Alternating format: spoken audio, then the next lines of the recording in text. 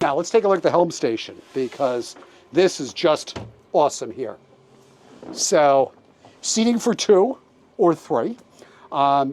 Big 16-inch Garmin screens here. Every bit of information you could ever want available.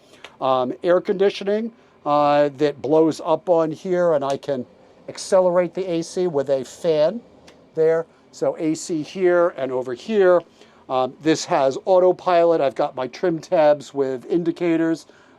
This does have an automatic trim control. These are Bennett, and you can set this to either do it manually or automatically. Digital throttles here, Yamaha Joystick with set point, which is Yamaha's version of Skyhook. Bow thruster, VHF radio,